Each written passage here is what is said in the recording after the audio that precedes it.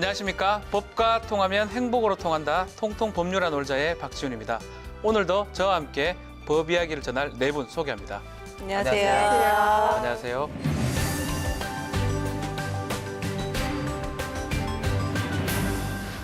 이 100여 년이 넘은 또 세계 여성의 날이 저는 있는지 몰랐었는데 올해부터 우리나라도 법정 기념일로 지정이 됐다면서요? 네, 맞습니다. 이 세계 여성의 날은 1975년 그 유엔이 공식으로 지정을 했는데요. 네. 여성에 대한 차별차폐를 요구했던 역사적 의미를 되새기고 범국민적 성평등 인식을 확산하고자 우리나라도 이 유엔이 지정한 이후 43년 만에 우리나라도 이제 세계 여성의 날에 지정하게 됐습니다. 여성의 날 참 잘 몰랐었는데 법정 기념일로 지정된 배경에는 남인순 의원과 나경원 의원이 각각 대표 발의한 양성평등 기본법 일부 개정 법률안이 통과가 됐기 때문에 맺어진 결실입니다. 자, 여러분 여성의 날 알고 있었나요? 저도 이번에 처음 듣게 됐어요. 그래서 네. 법정 기념일이라고 하니까 기념이 도대체 뭘까 좀 다시 국어사전 한번 찾아봤더니 메모리얼. 그렇죠. 네.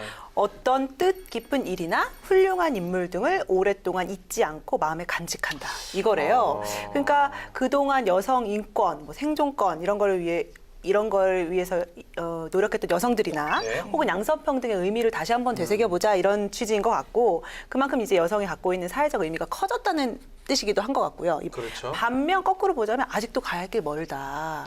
그러니까 이런 거 좀 남성의 날은 없잖아요. 남성의 날은 없어요? 네. 그러니까 여성은 좀 아직도 권익 증진을 위해서 갈 길이 멀다를 보여주는 거 아닌가. 네.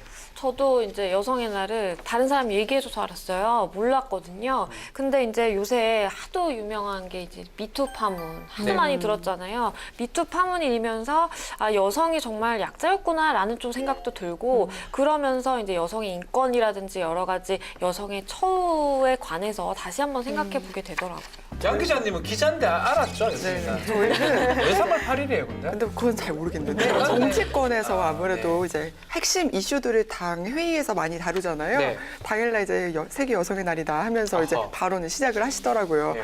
아무래도 정치권이 이번에는 특히 미투 운동의 그 들불처럼 일어난 미투 운동 속에서 아무래도 여성의 날을 맞았기 때문이 아닌가 싶긴 한데요.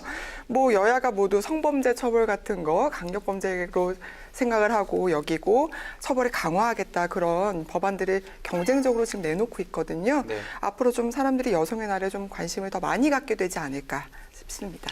제가 좀 보니까 이 미국에서 1908년 3월 8일에 이 방직 공장에서 화재가 발생해서 여성 15,000명이 생존권 인권을 외치면서 시위를 했고 이 날이 이제 여성의 날이 됐고 1975년에는 이 세계 여성의 날이 선포가 됐고 우리는 올해부터 이제 하고 있는 것 같습니다. 맞습니다. 자, 여기 계신 분 저 빼고 다 여성이네요. 아유 참.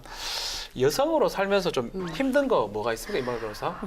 아무래도 일과 양육을 병행하기가 가장 힘이 들어요. 제가 우스갯소리로 남편한테 아빠한테 좀 봐줘, 아이 좀 그렇죠. 봐줘 이러면 우리 남편이 항상 정색을 하면서 하는 말이 있어요. 아버지 나를 낳으시고 어머니 나를 기르시니 아이는 내가 낳았다. 그러니까 이제 기르는 거는 엄마 몫이다. 그래서 아이는 내가 낳은 것 같은데 어쨌든 그러면서 자꾸 이렇게 그 아이를 키우는 부분을 저에게 떠넘겨요. 낮게 도움을 줬죠. 그러니까 그렇게 보는 거 맞죠? 예. 제가 뭐 할 말이 없네요. 예. 저희 역시 저희 집에 가면 저희 아내 눈치를 많이 봅니다. 막 힘들어하는 모습 보면서 이게 제가 뭐 도와주다가도 실패하는 경우도 실수하는 경우도 있고 그래서 항상 눈치를 좀 보는 게 남자들도 좀 그렇습니다. 양 기자님도 좀 어떻습니까? 그렇습니다. 저희 모든 패널들이 여성 패널들이 네. 맞벌이 네. 부부잖아요. 네네. 이 맞벌이 부부가 많이 늘어나고 있는 추세인데 그러면 남녀가 공동으로 사실 생계를 이어가고 있는 셈인데 그럼에도 불구하고 어떤 여성의 어떤 헌신이 많이 필요하지 않나 그런 생각이 들거든요. 네.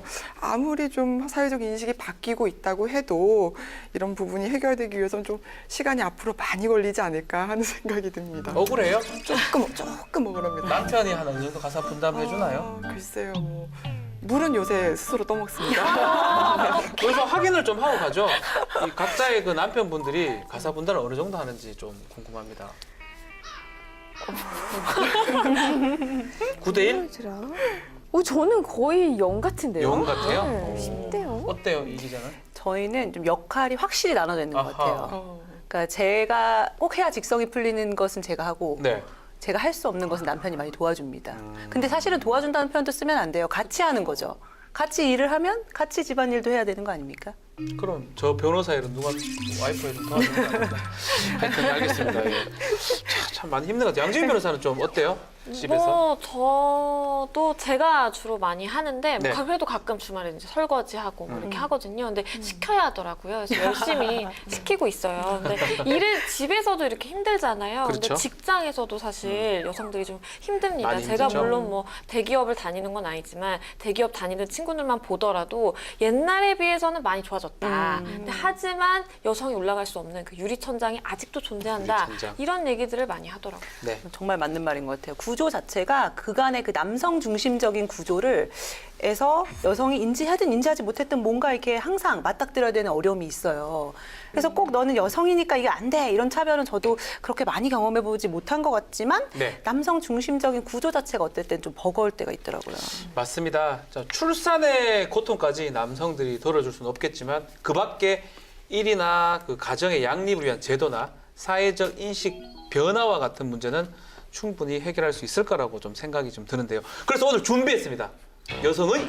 여성의 의한, 여성을 위한 살펴보도록 하는데 일단 무슨 법을 봐야 되겠죠? 제가 괜히 또 이렇게 마음에 없는 소리 하려고 하니까 이렇게 뭐 이해하고 싶어요. 근데 좀 쉽지 않아서 무슨 법을 봐야 됩니까? 네, 오늘 네. 우리가 살펴볼 법 3가지인데요. 먼저 남녀 고용 평등과 일 가정 양립 지원에 관한 법률, 그리고 네. 교통약자의 이동 편의 증지법, 그리고 마지막으로 여성 농어민 육성법을 살펴볼 겁니다. 먼저 이 남녀 고용 평등과 일 가정 양립 지원에 관한 법률은요. 우리가 보통 줄여서 남녀 고용 평등법이라고 많이들 말씀하시죠. 네. 이 헌법의 평등 이념에 따라 고용에서의 그 남녀의 평등한 기회와 대우를 보장하고 근로자의 일과 가정의 양립을 지원함으로써 모든 국민의 삶의 질 향상에 이바지하는 것을 목적으로요. 1987년 12월 4일에 제정됐습니다. 제정 당시에는 남녀고용평등법이었는데요. 2007년에 현재의 법 이름으로 개정됐습니다. 네, 다음으로는 교통약자의 이동편의 증진법을 살펴볼 텐데요. 약칭 교통약자법이라고도 합니다. 네. 이 교통약자가 안전하고 편리하게 이동할 수 있도록 이 교통수단이라든지 여객시설 그리고 뭐 도로의 이동 편의시설을 확충하고 또 보행 환경을 개선하자라는 목적으로 제정이 됐고요. 2005년 1월 27일에 제정이 됐습니다. 마지막으로 이 여성 농어업인 육성법이 있는데요.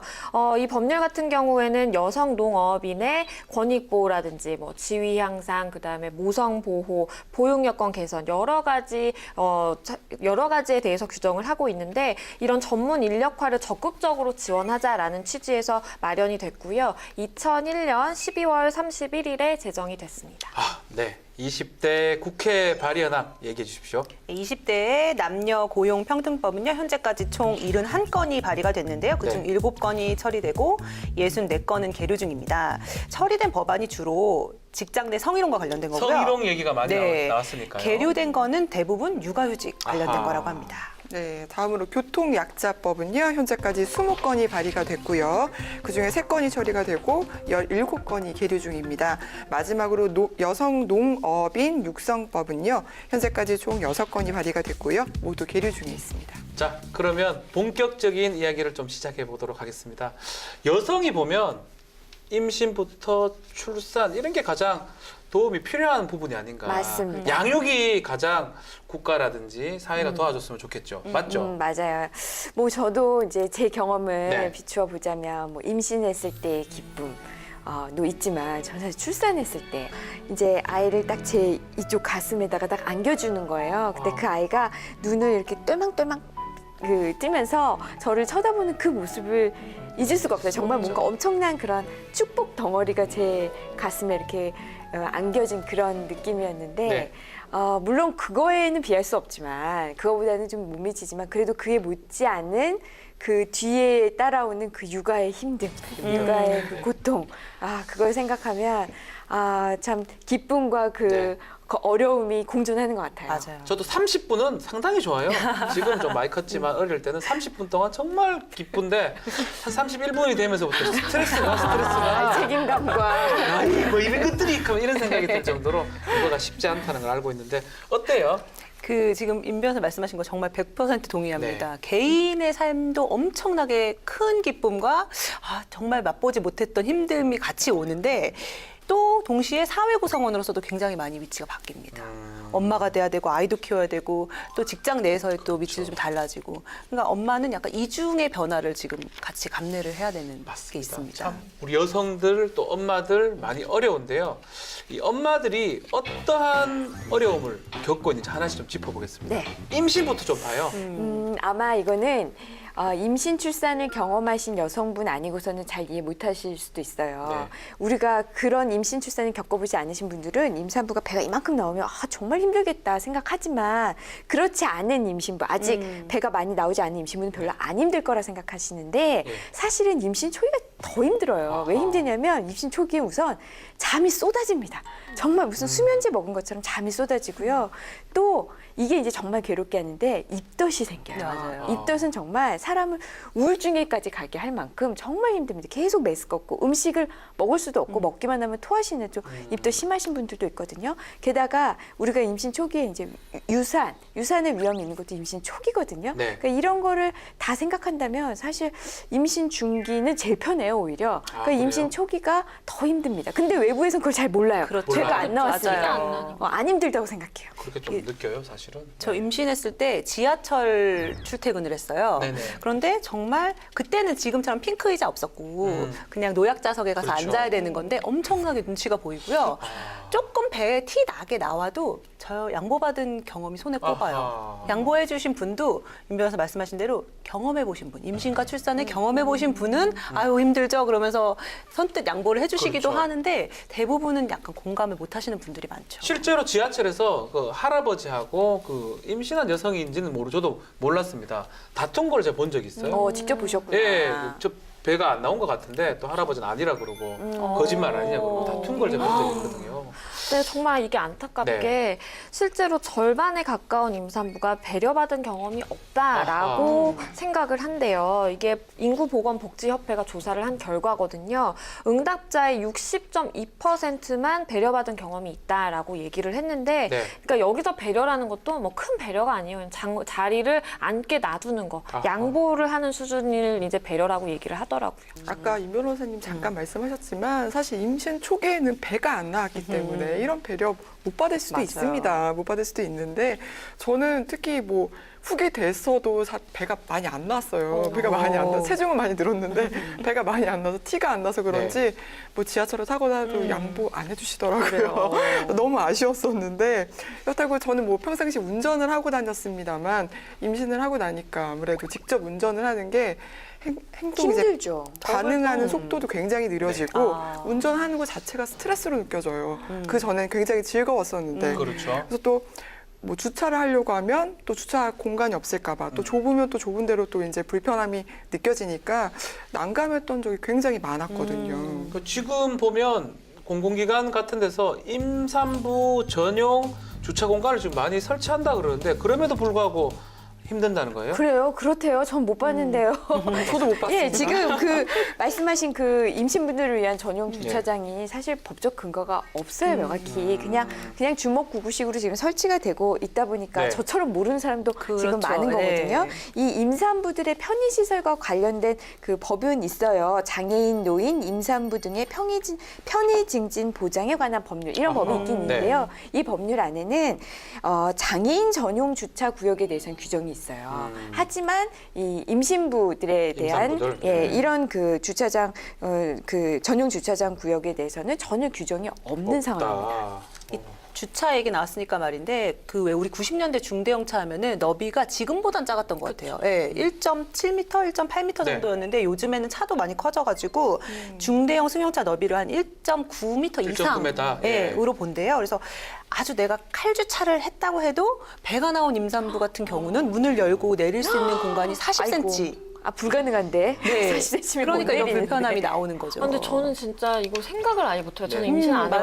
해봤으니까 네. 생각을 못 해봤는데 요새 새로 짓는 빌딩들 같은 경우에는 이런 주차구역이 있거든요. 이렇게 분홍색으로 표시가 돼 있더라고요. 그렇죠. 그래서 다행히 뭐 아무도 주차는 안 해놨는데 경차 주차구역 옆에 있었어요. 근데 그거랑 비슷한 사이즈로 해놓은 걸 봤어요, 제가. 근데 어머나. 그때도 너무 저는 그냥 이런 짧다. 걸 만들어놨네, 되게 좋다까지만 생각을 하고 이게 되게 좁구나 이런 생각 정작 못했던 것 그렇죠. 같아요. 예. 좁네요, 그러면. 그렇다고 그러면 장애인 주차구역에 네. 뭐 주차를 해도 될까요? 안 안 되죠. 되죠. 안 되죠. 되죠. 네. 임산부는 엄마들- 장애인이 아닌데요. 그러니까요. 그래서 엄마들 카페에 올라온 글들을 보면 뭐 그랬다가 과태료 냈다 그런 엄마들 얘기 많이 있더라고요. 뭐 사실 자꾸 출산율 높여야 된다 그렇게 사회적으로 얘기는 많이 나오고 있는데 이런 기본적인 것들조차 안 되어 있으면 좀 무슨 출산이 쉽겠나 그런 생각이 듭니다. 여러분 잘 모르겠지만 저는 그 배부른 거는 상당히 저거 알고 있습니다. 상당히 배가 좀 많이 나왔다 보니까 이 정도면 6개월, 6개월이다 이렇게 저희 아내가 아예 좀 빨리 나와라 이런 정도로 여기 셋째가 예, 쌍둥이 아이가 이런 얘기도 하는 경우인데 이 차에서 내렸을 때 배 나온 사람도 상당히 힘들거든요. 그렇죠. 근데 만삭이라 그러면 또 저 배야 뭐 잡아놓고 이러면 어쩌고 나오면 되는데 그렇죠.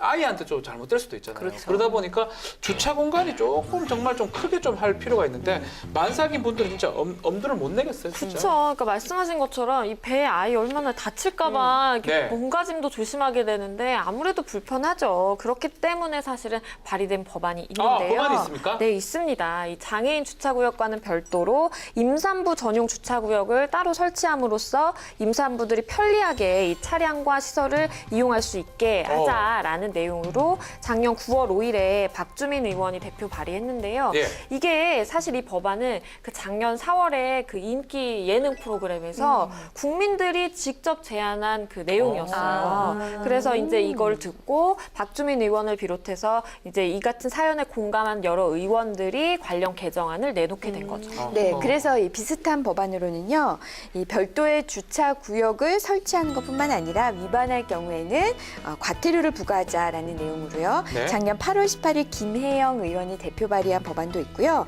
이 전용 주차 구역 그 이용자를 지금은 장애인만 전용 주차 구역이 있잖아요. 그 장애인 전용 주차 구역에 임산부도 이용할 수 있게 하자. 그래서 그 이용 범위를 확대하는 내용으로요. 김현아, 이석현 의원이 각각 대표 발의한 법안도 있습니다. 취지는 상당히 좋은데 저는 이러다 보면 노인 주차구역, 어린이 주차구역, 외국인 주차구역 계속 늘어나는 외국인은 거기 아니 그럴 수 있잖아요. 시골 사는 사람 주차구역 왜냐하면 도시 질이 모를 수 있으니까 임산부만 들어가야 되는데 임산부 아닌 사람이 배 나온 사람이 거짓말로 들어가면 어떡합니까 그거는? 그런 것도 좀 문제가 될 수 있을 것 같긴 한데 일단은 그 여성 전용 주차 구역이 있잖아요. 그러니까 그걸 좀 확대해서 운영한다는 개념으로 접근하면 어떨까 하는 생각도 들고요. 장애인 주차 구역은 사실 그 빈 곳이 많아요. 자리가 네. 은근히 많습니다. 그거를 공동으로 이제 사용할 수 있게끔 그렇게 하는 방안도 좀 아이디어일 것 같아요. 일단은 빈 주차 구역에 빠르고 쉽게 여성들이 임산부들이 이용할 수 있게끔 해주는 게 법안 핵심 지금 취지잖아요. 그런 것들을 잘 살려서 접근을 하면 어떨까 싶습니다.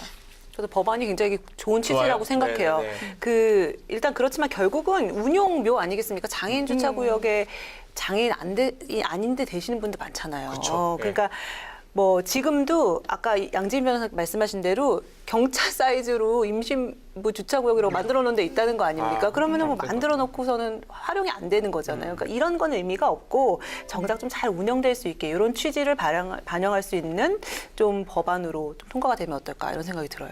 결국엔 취지 좋으니까 이제 운영 문제죠. 맞아요. 왜냐면 이제 만약에 주차장을 새로 만든다면 몇 개 정도 만들어야 되나. 맞아요. 장애인 전용 주차 구역만큼 만들어야 되냐, 그거보다 더 많이 만들어야 되나, 뭐 이런 문제도 있고요. 이제 가장 쉽게는 장애인은 그 차량에 장애인 표시가 붙어 있잖아요. 네, 맞아요. 그리고 그 표시는 뭐 특별히 이 사람이 장애를 벗어나지 않는 이상 계속 유효한데 이 임산부는 사실 출산하고 나면은 이 구역을 이용할 필요가 없잖아요. 그러면 어떤 스티커를 붙여야 되나? 규정이 스티커에 그 유효 기간이 나와 있어요. 있는 또 건가? 걸리면 출산한 지 얼마 안 돼서 그렇다면서 좀 있어 보자고 또 이거 우길 수도 있잖아요. 그런 문제면 이것도 단속은 또 어떻게 할 것인가? 뭐 이런 좀 걱정이 좀 드네요.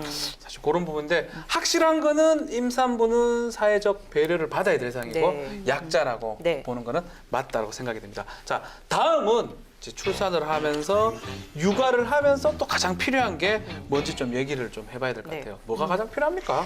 물어보십니까? 당연히 아이를 이제 낳았다 치면은 네. 회사 다니고 있던 사람은 집에서 네. 완전 정말 깐난애기가 있는데 회사 못 다녀요. 출산휴가, 육아휴직 이거를 정말 마음 놓고 쓸 수 있는 이런 환경 네. 필요합니다. 제가 제가 뭐 군에 직장 장교 생활할 때 그때만 해도 휴가 내는 사람 없었습니다. 육아휴직, 출산휴직. 그러니까요. 근데 네. 최근에 보면 남자들도 같이 내요. 맞아요. 남자들이 오히려 육아휴직을 내는 사람이 육아휴직, 있는데 네. 상당히 좀 많이 늘어난 것 같아요. 세상이 네. 막 바뀐 것 같긴 합니다. 맞아요. 그러니까 예전보다는 확실히 나아진 것 같기는 해요. 근데 하지만 아직도 이게 눈치는 보이는 건 여전한 거예요. 네. 왜냐하면 같은 팀에서 이제 할당된 일이 있는데 내가 그렇죠. 아기 때문에 좀 빠진다, 휴직을 해야 되겠다 그러면 결국 내가 할 일을 이 나머지 사람들이 해야 되잖아요. 그렇죠. 그러니까 미안한 마음이 드는 거죠. 이게 또 뭐가 문제냐면요. 내가 이제 첫째를 낳아요. 그럼 이제 육아휴직 한 1년 하는 거예요. 그럼 첫째 낳고 1년 육아휴직이 끝날 때쯤에 또 임신이 돼요. 그러면 둘째 임신이 행복한 게 아니라 아이고 미안하죠. 큰일 났다. 그렇지. 회사에 이거 나는 계속 휴직만 내야 되는구나. 하면서 나 이거 이러다 잘리는 거 아니야? 하면서 걱정하는 제 주변 사람들 많이 봤어요. 실제로 간호사들은 그런 경우도 있대요. 일 때문에 순번제로 이제 그러니까요. 임신을 네, 한다는 많잖아요. 얘기도 정하는. 있더라고요. 네. 근데 그것도 그렇지만 내가 어떤 집단에서 일하고 있느냐도 되게 중요하잖아요. 네. 뭐 우리 인기 있는 교사나 공무원 또 뭐 금융권 기자는 기자? 그렇진 네. 아까 눈치 보고 쓰진 않습니다. 네. 그런데 인기 있는 이유가 이런 거 좀 자유로워서 상대적으로 여성이 일하기 편해서 인기 있는 그렇죠. 이유도 있거든요. 맞아요. 말씀하신 대로 육아휴직 쓰면 눈치 봐야 하는 또 반면 그런 집단도 있고 이것도 격차도 굉장히 큰 것 같아요. 이게 출산하고 양육 같은 경우에는 네. 누구는 쉽고 누구는 뭐 어렵고 누구는 쉽게 키우고 누구는 어렵게 키우고 뭐 이거 아니잖아요. 그렇죠. 아닌데 그럼에도 불구하고 이 정규직과 뭐 정규직이 아닌 뭐 비정규직, 뭐 계약직, 뭐 혹은 뭐 프리랜서들 뭐 여러 가지 이제 다른 형태로 일을 하고 계신 분들한테는 이런 최소한의 보장도 적용이 되지 않는다는 게 좀 안타까운 일인 것 같아요. 제가 아까 말씀드린 제 주변 사람들이 다 계약직이었거든요. 예, 그래서 이 출산휴가, 육아휴직이 법에 이렇게 딱 하니 박혀 있기는 하지만 눈치가 맞아요. 보여서 그걸 다 쓰면서 회사를 다니는 경우는 그렇죠. 많지 않은 것 같아요. 네. 실제로 2016년에 여성가족부가 조사를 해보니까요. 응답자의 거의 한 70%가 출산휴가와 육아휴직을 제대로 사용하지 못한 그 이유로 꼽은 게 직장 내 분위기. 야, 너 또 쉬냐? 이 분위기. 축하한다 하면서 축하한다. 아유 이런 느낌이잖아요. 그러니까. 얼마나 눈치가 보입니까? 맞아요. 자, 여기서 현행 출산 휴가 또 육아 휴직 제도를 좀 알아봐야 될 것 같아요. 네, 어떻게 먼저 되고 있습니까? 먼저 출산 휴가부터 조금 살펴볼게요. 네. 먼저 사용자는 임신 중인 여성에게 출산 전과 후를 통해서 90일의 출산 전후 휴가를 줘야 되는데요. 이 경우에 이제 휴가 기간의 배정 같은 경우에 출산 후에 최고 45일 이상 돼야 됩니다. 아하. 이거는 출산 후에 이제 좀 휴식이 필요하잖아요. 몸이 그렇죠. 회복이 출산 돼야 휴가 더 되고. 중요하죠, 그죠? 그렇죠. 그렇기 때문에 이제 이걸 넣는 거고요. 90일을 연속으로 사용할 수 있게 해야 됩니다. 만약에 임신 중인 여성이 아이 하나가 아니라 둘 이상, 뭐 쌍둥이 요새 쌍둥이? 많잖아요. 네. 이런 경우라고 한다면 120일의 출산 전후 휴가가 주어지게 됩니다. 네. 여기 말씀하신 것에서 좀 더 강조점을 두자면 네. 사용자가 임산부의 출산을 이유로 불이익을 줘서는 안 된다는 건데요. 네. 따라서 출산 전후 휴가 기간과 그 후로도 30일 동안은 해고를 할 수 없다고 합니다. 아하. 육아휴직은요. 만 8세 이하 또는 초등학교 2학년 이하의 자녀를 양육하기 위해서 휴직을 신청하면 고용주는 이를 허용해야 하는데요. 네. 이 경우에도 육아휴직했다는 이유만으로 불리한 처우를 해서는 당연히 안 됩니다. 업무를 복귀할 경우에도 이 휴직 전과 같은 업무로 복귀를 시키거나 아니면 같은 수준의 임금을 지급하는 직무에 복귀시켜야 해요. 네. 지금 법은 잘 마련돼 있는 것 같은데 실제로는 어떻게 지금 적용되고 있나요? 네, 성인 남녀를 대상으로 한 육아휴직 사용 실태와 욕구 조사에 따르면요. 직장인의 평균 육아휴직 신청 기간은 8.4개월입니다. 8.4개월을 쓸 수가 있는데 실제로 사용된 기간 얼마 정도냐? 7.7개월에 그친 것으로 나타났습니다. 왜냐? 다 눈치가 보이기 때문이죠. 네. 이 참 문제가 이 최근에 있었던 사건인데요. 금복주라는 회사가 있어요. 대구 경북 지역의 소주 업체인데 네. 그 소주 업체에서 결혼하면 퇴사를 해야 되고 맞아요. 임신하면 그랬었죠. 또 어떻게 영업직으로 보내버리는 그게 좀 생각이 좀 나긴 합니다. 맞아요. 당시 그 사건으로 인해서 네. 사회적인 공분이 일었었죠. 어떻게 결혼이랑 퇴사가 똑같냐라고 해서 굉장히 많이 화가 났었는데 이런 낡은 관행이 아직도 뿌리 뽑히지는 못한 것 같습니다. 실제로 이 고용노동부가 임신한 그 직원이 있는 중소기업 500여 개사를 대상으로 조사를 했어요. 근데 10곳 중에 8곳, 80%죠. 임신한 여성 근로자에게 야근, 주말 근무 이렇게 일부러 좀 무리한 근무를 요구를 하거나 아니면 그냥 대놓고 퇴직을 종용하는 일이 많았다 그래요. 이렇게 불법 행위를 저지르다가 적발이 됐는데요. 제 친구 같은 경우에도 출산을 한 다음에 몸이 너무 힘든데도 불구하고 눈치가 보여서 도저히 3개월 이상을 못 쉬는 상황이라고 하더라고요. 네. 그래서 꾸역꾸역 출근을 하더라고요. 이게 3개월 만에 회복이 됩니까? 제가 잘 몰라서 그럽니다. 임방울 변호사는 제가 옆에서 보니까 좀 빨라 보였어요. 아니요. 그럼에도 불구하고 저도 되게 오래 회복이 빠른 걸렸습니까? 편임에도 불구하고 한 6개월은 최소한 지나야 되는 것 6개월 있어야 같은데요. 되나? 예, 온전하게 회복하려면 네. 저는 1년은 필요한 1년이 것 필요하다. 같아요. 네. 회복도 회복이고요. 아이가 아직 어리다 보니까 맞아요. 애착 관계를 형성이 굉장히 중요한 시기거든요. 관계? 그러니까 아. 그 출산한 여성도 그렇지만 네. 여성과 아이 동시에 생각하면은 이 3개월 너무 짧은 것 같아요. 양 기자님은요? 저도 뭐 3개월은 조금 짧은 감이 있고 음. 제 경우만 생각해봐도 한 6개월 정도는 걸렸던 것 같아요. 네네. 뭐 근데 일반 회사 뭐 다니는 지인들 얘기 들어보면은 임신했다고 그러면 약간 은연중에 퇴직을 이렇게 권유하는 경우 아직까지도 있다고 하더라고요. 저 정말 놀랐는데 그리고 공공기관에 이제 뭐 결혼 정년기가 돼서 면접을 보러 갔는데 네. 뭐 결혼 그럼 계획이 있냐, 남자친구 있냐 이런 걸 공공연하게. 저도 경험이 있어요. 근데 이거는 그걸 왜 물어봐? 저도 그래요? 회사를 이제 면접을 보는데 되게 이제 그 민망해 하시면서 아 원래 이런 거는 물어보면 안 되는 건데라고 물어봐야지. 하면서 근데 어머. 결혼할 계획이 있느냐 조만간에 그러면서 이제 물어보더라고요. 그래서 그 얘기를 들었을 때 굉장히 기분이 나빴죠. 아 결혼이야 내가 하고 싶어 하고 말로 말인 게 마치 할 예정이었어도 할 예정이라고 얘기하면 안 될 안 것 되는 같은 거죠. 그런 그러니까요. 느낌을 받죠. 또다시 저의 이 분노 모드가 작동이 되기 시작했습니다. 아직도 이제 그런 업체들 지금 계속 언급된 이런 업체들이 있다는 게 정말 기삭감인데 네. 어쩌면은 이게 기사 안 되고 만연해 있는 거일지도 모른다는 생각조차 들어요. 이 청와대 청원 사이트 보면은 임신해서 내가 해고당했다라는 걸 글 올린 분도 있고 출산했다는 이유로 연봉 협상 대상에도 안 올려줬다 이런 얘기도 있더라고요. 그래서 좀 보면은 고용노동부의 자료에 따르면 2011년부터 2015년까지 26,600명이 넘는 근로자가 네. 육아휴직 또는 출산 휴가 중에 일자리를 잃었다고 합니다. 어디 그렇게 쓰는 이유만으로. 무서워서 쉬겠습니까? 화내지 마세요. 네, 저 지금 많이 절제를 하고 있습니다. 아니 그래서 이제 우리 국회에서 법안들을 또 내고 이렇게 하고 있는 거 아닌가요? 뭐 방법을 네. 논의하고 있지 않나요 지금? 네, 그래서 제가 네. 소개해드릴 발의된 법안이 있어요. 먼저 근로기준법에 따라서 출산 전후 휴가를 사용하는 경우에는요.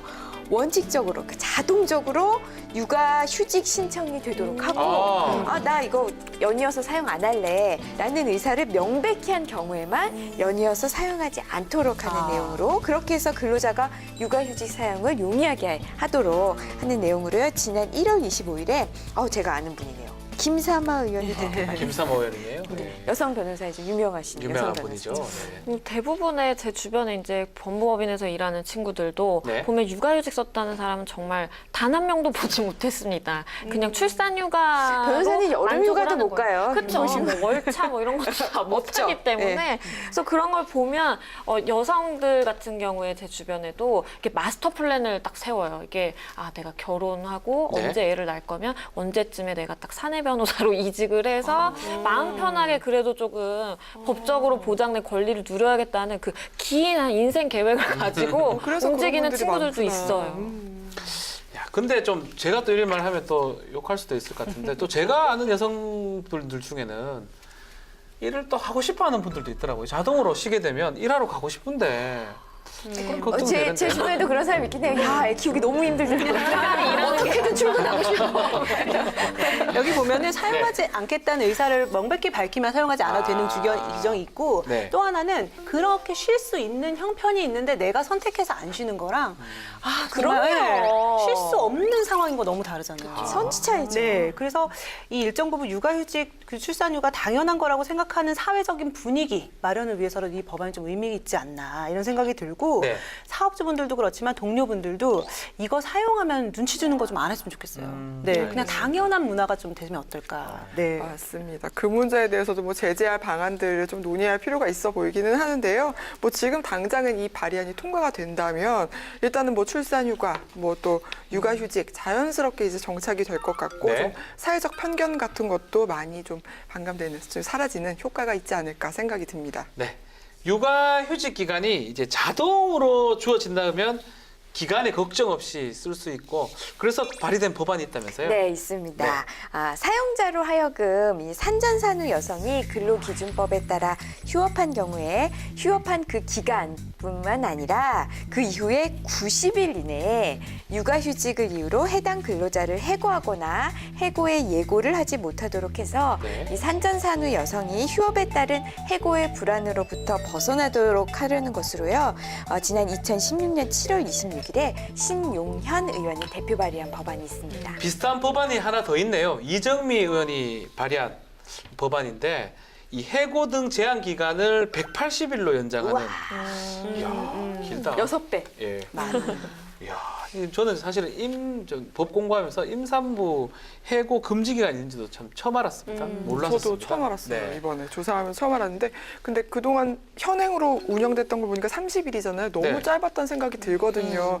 제 경우를 비춰서 생각을 해봐도 한 6개월 가까이는 아무래도 몸도 회복하는 시간이 필요하고 업무에 복귀하고 나서도 뭐 한 달 정도는 약간 일에 다시 워밍업 하는 시간이 좀 필요했던 것 같거든요. 그런데 일을 완벽하게 이제 하려면 한 90일 정도는 필요한 게 아닐까. 90일? 적어도. 90일? 그럼요. 30일은요. 이게 진짜 말이 30일이지. 갔다 와서 복귀해서 안녕하세요. 저 돌아왔습니다. 이제 저 책상 좀 정리하고 이제 자기들이 이제 나가세요. 이런 거 다름 없어요. 그렇죠. 앉자마자 나가라는 거예요. 이게 해고 금지가 당연히 짧은 것보다 긴 게 낫겠죠. 그렇죠. 근데 임신이 실제 이유인데 그 이유는 안 되고 사실상 차별이 발생하는 경우도 이제 아하. 있을 것 같거든요. 제 그렇죠. 생각에는. 그러니까 법을 있어도 결국은 인식 전환이 안 되고 이 법의 취지를 제대로 이해하지 못하고 피해갈 궁리만 하면 그게 더 문제 아니겠습니까? 저도 인식이 전환 잘 적용되는 게 더 중요하다는 생각이 들어요. 맞아요. 저도 입법 취지는 이제 굉장히 타당한데 이렇게 해고 제한 기간이 늘어나면 그냥 아예 우리 여성 결혼 정년기 여성은 안 뽑아. 결혼했는데 애가 아직 없는 사람은 그냥 안 뽑고 말겠다라 그러면 이게 또 다른 피해가 될 수가 있잖아요. 그러니까 인식 변화가 중요한 것 같아요. 야, 오늘 뭐 이 여성 관련된 법률 하다 보니 이게 네 분 패널이 말들이 너무너무 많아요. 지금 와, 이게 참 적극적인데 예능 프로그램에서 법안을 발의해가지고 채택된 것도 있잖아요. 저희도 오늘 한 발의를 좀 해봐요. 제 아는 이제 국회의원들이 많이 우리 통통 법률안 놀자를 보고 있습니다. 재밌다면서 말씀하고 있는데 오늘 딱 보고 있으니까 얘기해서 한번 채택할 수 있도록. 이런 거는 우리 여전서 이 기자님이 하실 것 같은데. 뭔가. 이거 아이템 회의에서 검사받는 느낌인데. 이건 순전 좀 약간. 의원님들이 채택합니다. 네, 그러니까 예. 상상력인데요. 왜 네. 우리 지난 시간에 휴가 적립제 외국에서 하고 있다는 얘기 기억하세요? 네. 그래서 되게 프랑스였나요? 그거 네. 좋은 아이디어라고 네. 했었잖아요. 그러니까 임신 초기에 너무 졸립고 힘든 경우 되게 많으니까 요때 근무 조금 내가 세이브했다가 안정화되거나 아니면 출산 후 복귀해서 내가 좀 일을 더 하면 안 될까? 이런 좋다. 탄력 근무 같은 거. 좋다, 좋다. 네, 그런 거 제가 그냥 상상해봤습니다. 저축해놨다가 네, 네. 막 그러니까 졸리는데 참다가 나중에 출산 때 벌써 먹는다.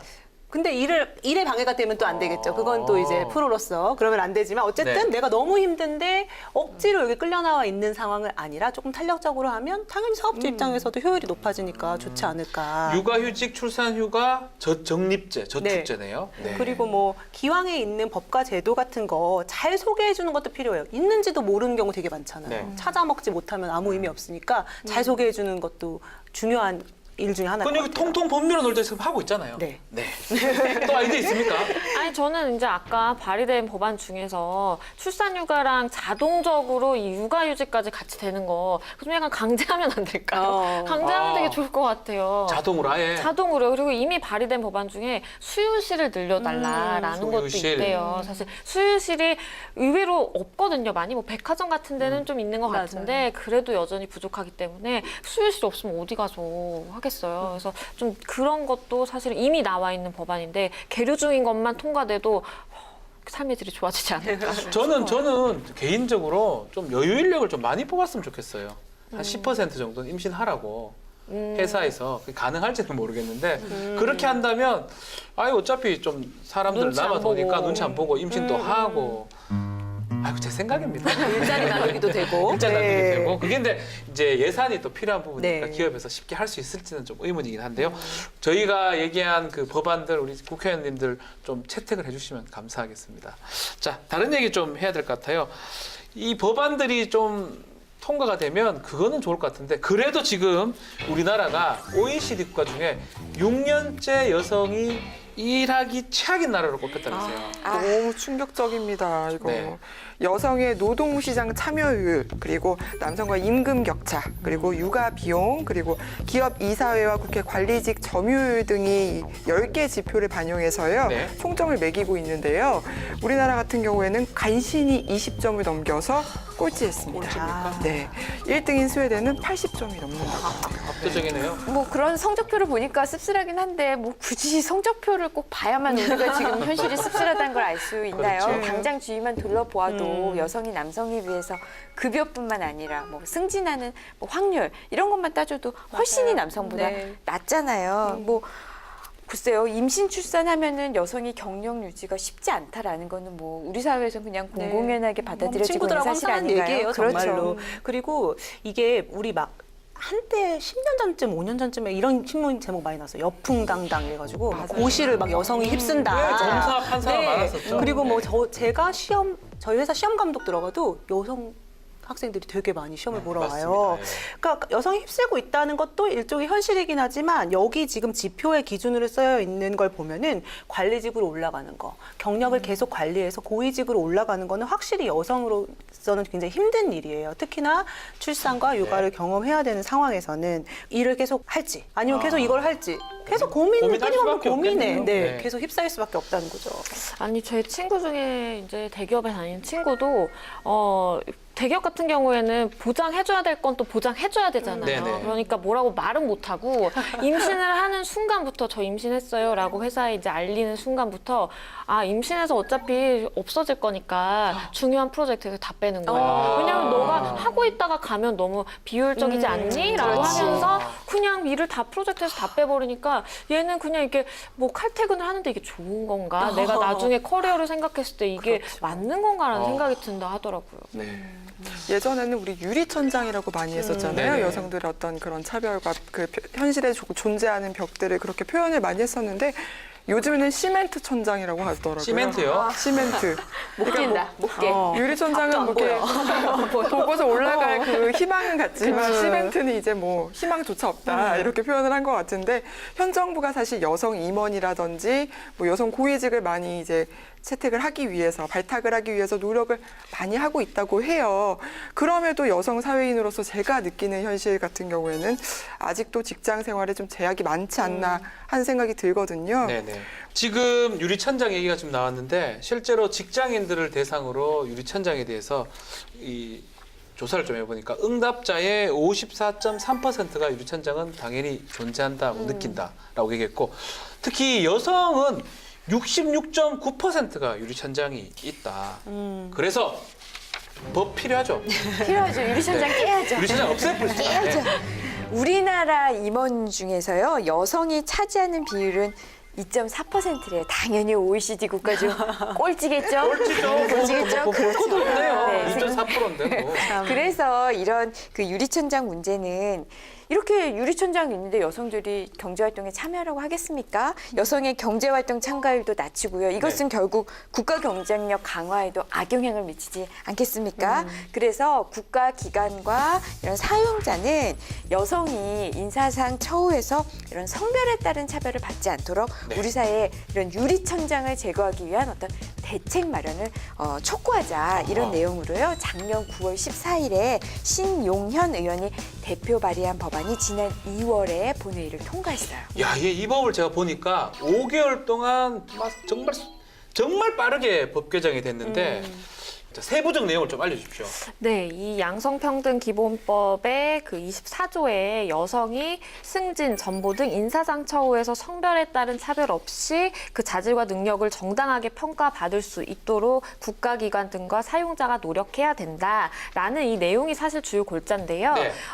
일단 시행 같은 경우에는 지난 3월 2일부터 시행이 됐습니다. 그래서 좀 자세하게 살펴보면 네. 첫 번째로 이 여성가족부 장관이 공공기관이나 이 주권 상장 법인 등의 이 성별이라든지 직원 수, 성별 뭐 임원 수, 임금 현황 이런 것들을 조사하고 공표할 수 있게 하고요. 만약에 이걸 위해서 자료가 필요하다, 그럼 요청할 수 있게 됐습니다. 그리고 두 번째 같은 경우에는 국가와 지자체가 그 관리직에 여성과 남성이 균형 있게 임용이 될 수 있도록 관리직 목표제라는 거를 수립할 수 있게 했습니다.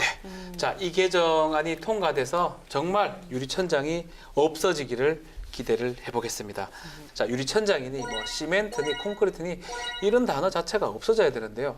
농업 분야에서도 이 문제가 해결되기 좀 어렵다라고 알려져 있는데요. 네, 이 여성 농업인이 이렇게 많은 비중인지 저 몰랐었어요. 네. 농가 인구 중 여성의 비율이 2016년에 51.1%래요. 그러니까 농촌의 절반 이상은 여성 농업 인구라는 거죠. 그런데 여성 농업인 육성을 위한 정책이 2001년부터 시행은 되고 있었지만 여전히 여성 농업인의 지위는 제자리 걸음이다. 그래서 농업 경영주는 전체 대비 여성이 26.33%밖에 안 된다. 그러니까 50%가 여성인데 그중에 경영주는 그의 절반밖에 안 되는 실정인 거죠. 제가 정확하게는 잘 모르지만 대선할 때마다 이게 공약으로 나옵니다. 여성 농업인의 권리와 복지를 증진시키겠다. 그리고 국회에서도 뭐 관련법을 많이 발의하고 있다고 전 들었는데요. 네, 맞습니다. 19대 국회에서도요, 네. 이 비슷한 내용의 법안들이 발의가 된 바 있습니다. 근데 논의조차 되지 않았었고요. 이번 국회에서도 계류 법안 6건 중에 4건이 여성 농업인 육성 정책을 담당하는 전담 부서를 만들어 보자 이런 내용인데요. 논의가 좀 쉽지 않은 상황인 것 같습니다. 이게 전담 부서 문제는 행정기구 정원 기준 등에 관한 규정을 좀 따라야 되거든요. 이것 때문에 사실 쉽진 않은 것 같아요. 여성 농업인 육성법은 있지만 전담 부서를 또 설치할 걸 강제하기는 또 근거 규정이 없는 걸로 보이고 이게 대해서 그 여성 농업인들 어떻게 입장을 내고 있습니까? 이게 그 전국 여성 농민회 총연합이 있는데 거기 인터뷰에 따르면요. 여성 농업인의 역할과 비중은 날로 커지고 있는데 네. 행정 조직은 오히려 축소되고 있기 때문에 정책 발전이 굉장히 더디다라는 입장이고요. 또 뭐라 그랬냐면 이 사회적으로 성평등에 대한 논의가 굉장히 활발하게 이루어지고 있지만 하지만 여성 농업인 그 분야로 봤을 때의 일 가정 양립은 전혀 이루어지지 않고 있다라고 네네. 하면서 여성 농업 경영주도 독립적인 권익을 확보할 수 있도록 해야 된다라고 했습니다. 자, 그럼 여성 농업인을 위해서 발의된 법안들이 뭐가 있는지 좀 봐야 될 것 자, 같은데요. 내용을 제가 소개해 드릴게요. 네. 먼저 이 국가와 지방자치단체는 여성 농업인 육성 정책을 담당하는 전담부서, 전담부서를 설치하고요. 농업인 육성 및 지원을 할 때 성별을 고르게 분배해라. 남녀 성별을 고르게 네. 분배하고요. 또 여성 농업인 도우미 지원 사업을 시행하는 데 있어서 네. 출산할 때 도우미 사업 있잖아요. 그거 외에도 육아, 영농 교육, 영어 교육 등을 지원하도록 하고요. 이 직접 생산한 농수산물을 판매하거나 아니면 토종 종자를 보존하거나 육성하는 여성 농업인에게는요. 네. 필요한 지원을 할 수 있도록 하는 등 이런 여성 농업인 농어촌 정착을 위한 지원 시책의 근거를 마련하자라는 것으로요. 작년 6월 12일 윤소화 의원이 대표 발의했습니다. 자, 이와 비슷하게 여성 농업인 전담 부서를 마련하자. 설치하자 내용으로 김형건 의원, 황주홍 의원이 각각 발의한 법안도 있습니다. 더불어 여성 농업인 그 여가 활동을 지원하자는 법안도 있다면서요? 오, 여가 네, 활동. 맞습니다. 이 여성 농업인의 육성 정책을 담당하는 전담 부서 설치뿐만이 아니라 이 문화라든지 여행, 스포츠 활동 등에 필요한 비용의 일부를 지원하자. 그래서 여가 활동 이용권을 지급하자라는 아. 내용이고요. 작년 6월 1일에 위성곤 의원이 대표 발의했습니다. 저 같은 경우는 뭐 그 시골에 좀 많이 살아서 그 좀 나이 드신 여성분들이 많거든요. 네. 농사 네, 짓는 그렇죠. 분들. 그분들한테 이런 좀 혜택을 좀 준다 그러면 상당히 좋지 않을까 생각이 듭니다. 여러분들도 뭐 찬성을 하죠. 그럼요. 네, 네. 저는 지금 양지민 변호사님 말씀하신 이 여가 활동 네. 지원비 우선 돈으로만 돈으로 지원하긴 주는 거. 하지만 네. 이건 저는 굉장히 좀 되게 인상이 깊은데요. 뭐 돈으로 주는 것도 좋지만 이분들 돈 들여도 아마 잘 보러 안 가실 것 같아요. 바빠서 맞아요. 현장에 찾아가서 뭐 공연을 보여드리거나 공연. 이런 사업하면 어떨까요? 이렇게 막 작은 뭐 우리 그때 이야기했듯이 무슨 영화관 영화를 상영한다든지 이런 식으로 맞아요. 그런 것도 네. 있을 것 같아요. 아, 참 이 법안이 좀 통과돼서 여성 농업인한테 도움이 좀 됐으면 하는 마음이 듭니다. 자, 마지막으로 경력 단절 여성들한테 반가운 소식을 전해드리고 마무리하도록 하겠습니다. 그 반가운 소식을 제가 전해드리네요. 네. 기쁘게도 이 경력 단절 여성이 기존에 재직했던, 기존에 자기가 근무했던 중소기업에 재고용될 경우에만 세제 지원을 했었어요. 기존 제도는. 근데 여기서 이 동일 기업 재고용 요건을 삭제했고요. 2017년 말로 종료될 예정이었던 이 세액 공제를요, 2020년까지 연장하는 내용으로 발의한 그 이찬열 의원의 법안이 통과가 됐습니다. 올해 1월 1일부터 시행 중이에요. 네, 자 이번 시행안으로 중소기업의 인력난을 해소하고 또 여성의 경제 활동도 활성화될 수 있도록 기대를 해보겠습니다. 근데 공제율은 어떻게 됩니까? 네, 먼저 세액 공제를 받을 수 있는 기업의 범위를 중견기업까지 확대를 했고요. 그 공제율은 15%입니다. 그리고 중소기업 같은 경우에는요, 그 공제율이 기존에 10%였거든요. 그런데 30%로 상향 조정했습니다. 네. 자, 여성을 위한 여성에 의한 제가 말하려고 하니까 오늘 법에 대해서 좀 얘기를 나눠봤습니다. 자, 100여 년 전에 거리로 나섰던 여성들의 외침이 세상을 바꾼 것처럼 지금 우리가 내딛는 한 걸음 한 걸음이 미래를 바꾸는 원동력이 아닐까 생각이 듭니다. 그럼 다음에도 행복으로 통하는 법 이야기를 가지고 돌아오겠습니다. 감사합니다. Off from my home, we're flying up no ceiling when we in our zone. I got that sunshine in my pocket, got that good soul in my feet. I feel that hot blood in my body when it drops. Ooh, I can't take my eyes off of it, moving so phenomenally.